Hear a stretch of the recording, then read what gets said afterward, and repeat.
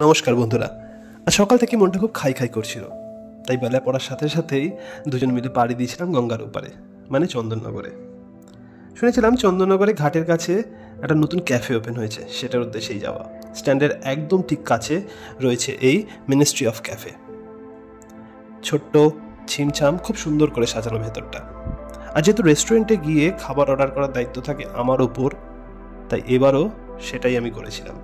প্রথমে অর্ডার করেছিলাম chicken barbecue wings. দেখতে যতটা সুস্বাদু, খেতেও ছিল ততটাই।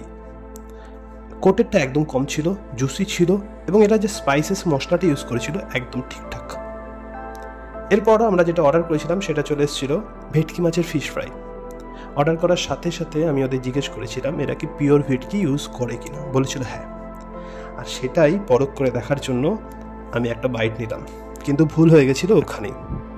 আমি বাইটটার সাথে সাথে মিওনিজও খেয়েছিলাম, তাই জন্য টেস্টটা বুঝতে পারিনি। তাই মাছের টেস্টটা ঠিকঠাক বোঝার জন্য আরেকবার আমি শুধু ট্রাই করলাম। না, একদম ঠিকঠাক মাছ ছিল, শুধু নুনের পরিমাণটা ছিল একটু কম। এরপর যেটা অর্ডার করেছিলাম সেটা ছিল এই ক্যাফের মোস্ট সেলিং এবং মোস্ট পপুলার ডিশ, চিকেন লাজাগনিয়া। বেশ জনপ্রিয় ইটালিয়ান ডিশটা আমি এর আগে অনেকবার খেয়েছি, কিন্তু দেখার ছিল এরা এটা কেমন বানায়।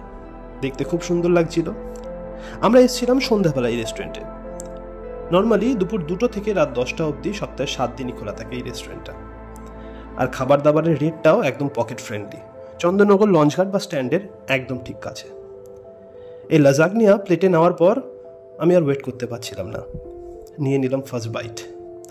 একটা খুব সুন্দর অ্যারোমা বেরোচ্ছিল।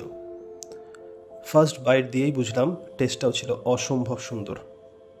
এরা যে পাস্তাটা ইউজ করেছিল দারুণ সুন্দর ছিল পাস্তাটা, আর উপরে চিজটাও অসাধারণ। পরিমাণ বলতে গেলে এই যে লাজাগনিয়াটা দিয়েছিল দুজনের জন্য একদম পারফেক্ট। বন্ধুরা, কেমন লাগলো আমাদের এই প্রথম ভিডিওটা জানাতে অবশ্যই ভুলো না। আর তার সাথে এরকম নতুন নতুন ভিডিও পেতে হলে আমাদের চ্যানেলটা লাইক, ফলো এবং সাবস্ক্রাইব করো। আস্তা লা ভিস্তা, আমিগোস।